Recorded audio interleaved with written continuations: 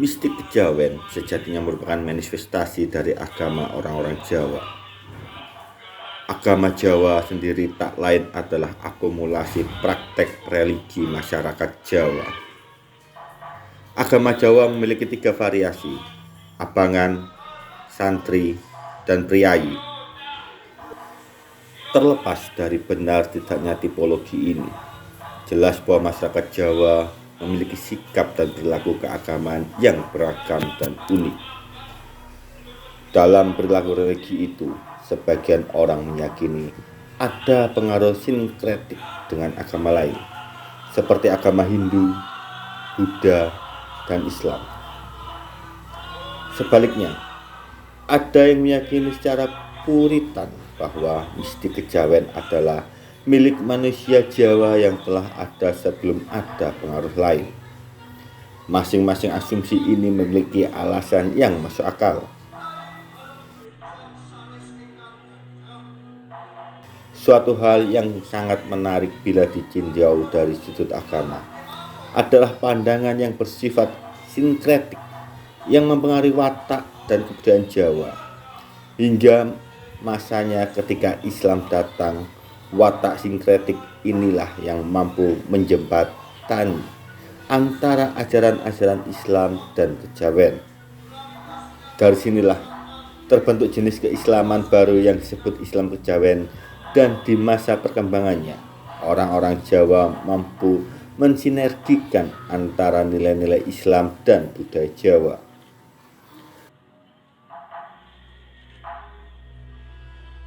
Baik melalui pengalaman peribadatan maupun menulisnya dalam bentuk karya dalam kepustakaan Islam kejawen. Terlepas dari itu, sinkretisme bila ditinjau dari segi agama adalah suatu sikap atau pandangan yang tidak mempersoalkan benar salahnya suatu agama, yakni suatu sikap yang tidak mempersoalkan murni atau tidak murninya suatu agama. Orang yang berpaham sinkretik, semua agama dipandang baik dan benar. Penganut paham sinkretisme suka memadukan unsur-unsur dari berbagai agama yang pada dasarnya membentuk atau bahkan bertentangan. Meskipun berbeda, konteks sinkretik ini bila dilihat dari segi modernitas tampaknya memiliki kemiripan dengan ide pluralisme atau pluralitas, dengan menganggap bahwa kebenaran ada banyak. Masing-masing keyakinan dan agama boleh jadi benar. Tapi yang lebih penting dari itu, orang harus saling menghargai perbedaan dan mulai merayakan keragaman. Sementara itu, mistik kejawen yang juga dipahami sebagai agama Jawa bertujuan untuk mengatur manusia, baik dalam hubungannya dengan Tuhan maupun sesama manusia. Hubungan dengan manusia dikenal dengan nama Memayu Hayuning Bawana, sedangkan dengan Tuhan disebut Manunggaling Kawula Gusti.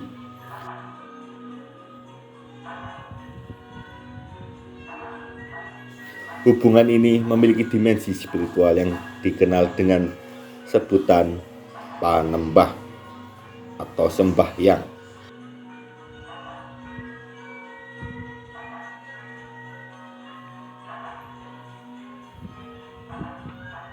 Artinya, manusia Jawa akan berbakti kepada Tuhan melalui ritual mistik kejawen. Pada saat seorang mistikus melakukan panembah, ia akan memusatkan batinnya kepada Tuhan.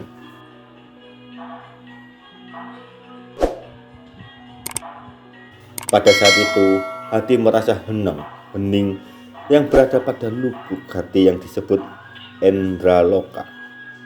Artinya, tempat persemaian Betara Andra, yang merupakan bagian vital manusia di rongga dada. Disitulah tempat rasa sejati. Rasa ini yang dapat menerima kehadiran Giri Loka, tempat para dewa yang tinggi, dan Loka, Laka, yang berarti akhirat. Pada hakikatnya, mistik kejawen adalah sebutan keyakinan dan pemujaan terhadap nenek moyang atau leluhur. Pemujaan ini diwujudkan melalui sikap mistik dan selamatan, perayaan rasa syukur. Meskipun secara lahiriah mereka memuja roh dan kekuatan lainnya, namun esensinya tetap terpusat kepada Tuhan. Ini persis sebagaimana orang Islam sholat dengan menghadap bangunan Ka'bah, yang hakikatnya adalah menyembah Tuhan, bukan bangunan Ka'bah itu sendiri. Jadi, mistik kejawen yang dilandasi sikap dan perilaku mistis tetap tersentral kepada Tuhan. Tuhan dianggap sebagai sumber anugerah, sedangkan roh leluhur dan kekuatan sakti lainnya hanyalah wasilah saja. Titik sentral dari mistik kejawen termanifestasi pada ritual-ritual selamatan yang dioplos dengan adat istiadat Jawa. Tradisi rakyat yang masih primitif dan puritan justru sering mewarnai keaslian hubungan mistik. Para penganut mistik biasanya sangat mempercayai adanya selamatan sebagai tindakan visual mistik. Selamatan dipandang sebagai sebuah representasi harapan yang penuh pengorbanan sebagai ikhlas lahir batin. Sebagai agama, mistik kejawen adalah perwujudan keluhuran budi manusia kepada Tuhan. Agama dalam konteks Jawa juga dinamakan ageming aji. Artinya, bukan agama itu milik raja, melainkan agama Jawa adalah pedoman dan filosofi hidup. Aji berarti kesaktian yang kokoh, yang tak tergoyahkan, dan inilah yang dijadikan dasar petunjuk. Karenanya, mistik kejawen adalah pituduh jati yang sering disebut juga pepadang.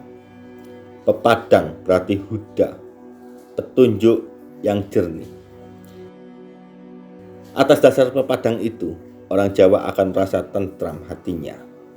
Belakangan, ajaran mistik kejawen ini mengalami proses sinkretik dengan agama Islam yang umumnya lebih banyak melalui jalan sufistik atau tasawuf.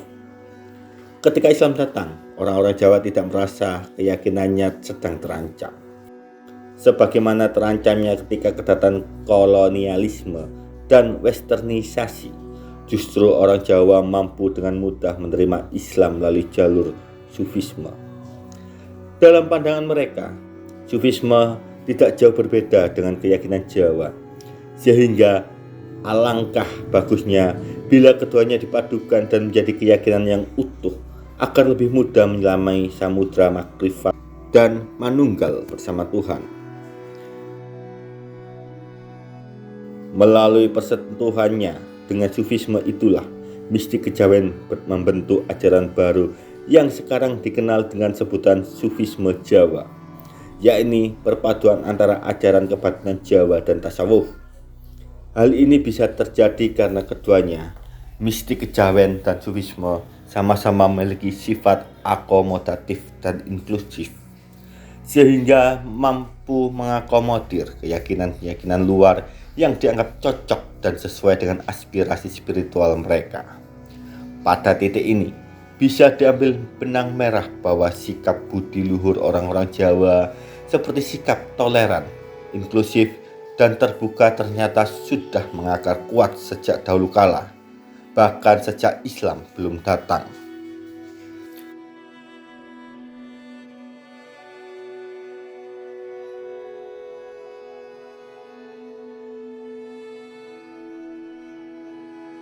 Watak kebudayaan inilah yang sekarang ini sangat mewarnai cara hidup orang-orang Jawa, baik dalam beragama, bersosial, maupun bernegara.